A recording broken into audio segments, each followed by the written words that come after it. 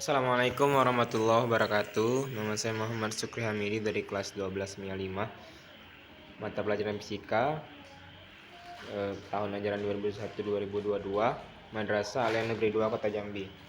Di sini saya akan menjelaskan tentang keterbatasan energi dan dampaknya bagi lingkungan. A. Sumber energi dan penggunaannya. Sumber energi adalah sesuatu yang dapat menghasilkan energi baik secara langsung maupun melalui proses konversi. 1. Jenis sumber energi berdasarkan kelestarian. A. Sumber energi terbarukan. Sumber energi terbarukan adalah sumber energi yang bisa diperbarui, sehingga dalam penggunaannya ketersediaannya dapat cepat dan mudah didapatkan. Contohnya energi matahari. B. Sumber energi tak terbarukan. Sumber energi tak terbarukan adalah sumber energi yang tidak bisa diperbarui. Ketersediaannya di alam ini terbatas, karena proses pembentukannya yang memerlukan waktu yang lama. Contohnya minyak bumi. 2. Penggunaan sumber energi. A.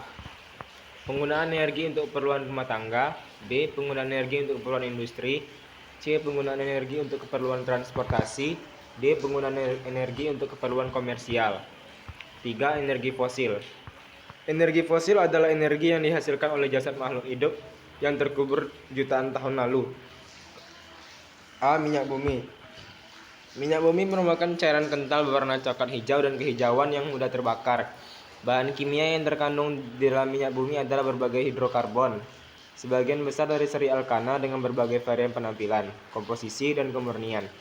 Minyak bumi diambil dari sumber minyak yang terdapat di lokasi sumber minyak melalui berbagai macam proses, yakni proses analisis, studi geologi, karakter, sedimen, serta struktur sumber. Beberapa jenis bahan bakar yang terdapat di Indonesia adalah solar, premium, minyak tanah, dan bahan bakar lainnya. B. Batu bara. Batu bara adalah batuan yang dapat dibakar karena terbentuk dari endapan organik sisa tumbuhan, kemudian dibentuk dengan proses pembatubaraan. Unsur-unsur kimia yang terdapat dalam batu bara ini adalah hidrogen, oksigen, dan karbon. Pembentukan energi fosil ini mengalami proses yang sangat lama dengan mendapatkan pengaruh dari gesekan panas bumi dan tekanan udara lainnya.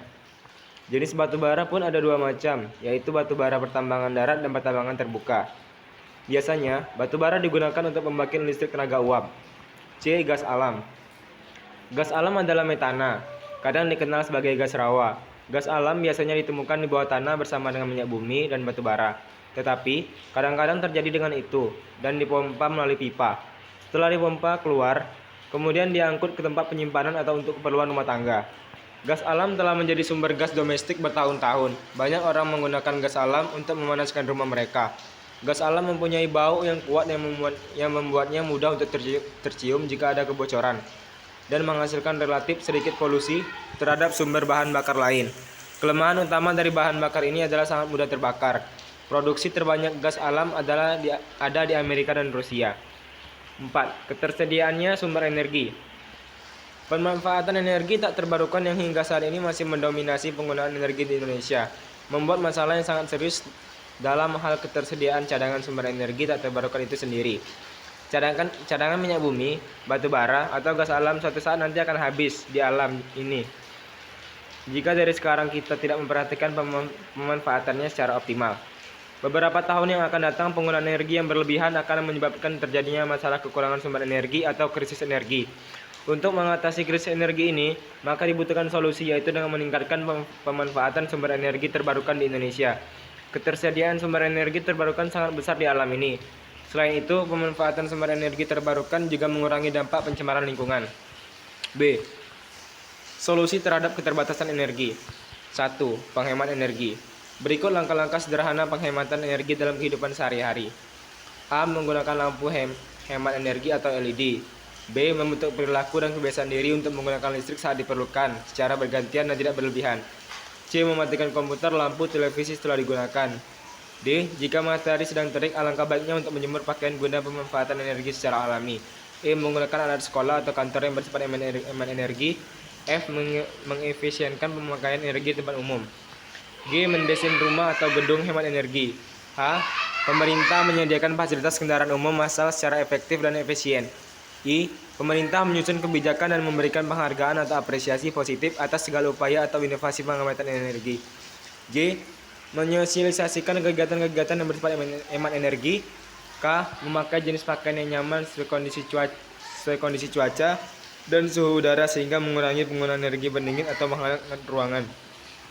2. Pemanfaatan sumber energi tak terbarukan sebagai sumber energi alternatif. A. Biomasa. Biomasa adalah bahan organik yang dihasilkan melalui proses fotosintesis, baik berupa produk ataupun buangan. Contoh biomasa adalah tanaman, rumput, pohon, limbah pertanian. B. Biofuel. Biofuel atau bahan bakar hayati adalah sumber energi yang terbarukan berupa bahan bakar padat, cair, gas yang dihasilkan dari bahan organik. Sumber biofuel adalah tanaman yang memiliki kandungan gula tinggi, seperti tebu dan sorghum, dan tanaman yang memiliki kandungan minyak nabati. C. Panas bumi. Energi panas bumi adalah sumber energi terbarukan berupa energi termal atau panas yang dihasilkan dan disimpan di dalam bumi.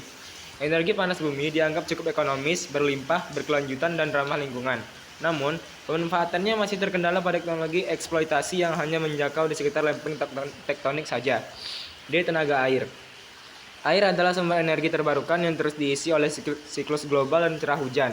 Energi air yang mengalir dapat digunakan untuk menghasilkan energi listrik. Energi air ini merupakan salah satu energi alternatif pengganti energi fosil. Energi air menggunakan energi potensialan dan energi kinetik air. E. Tenaga angin. Angin adalah gerakan udara yang terjadi ketika udara hangat dan dingin. Energi angin sudah digunakan sejak berabad-abad mulai dari penggerak layar hingga kincir angin.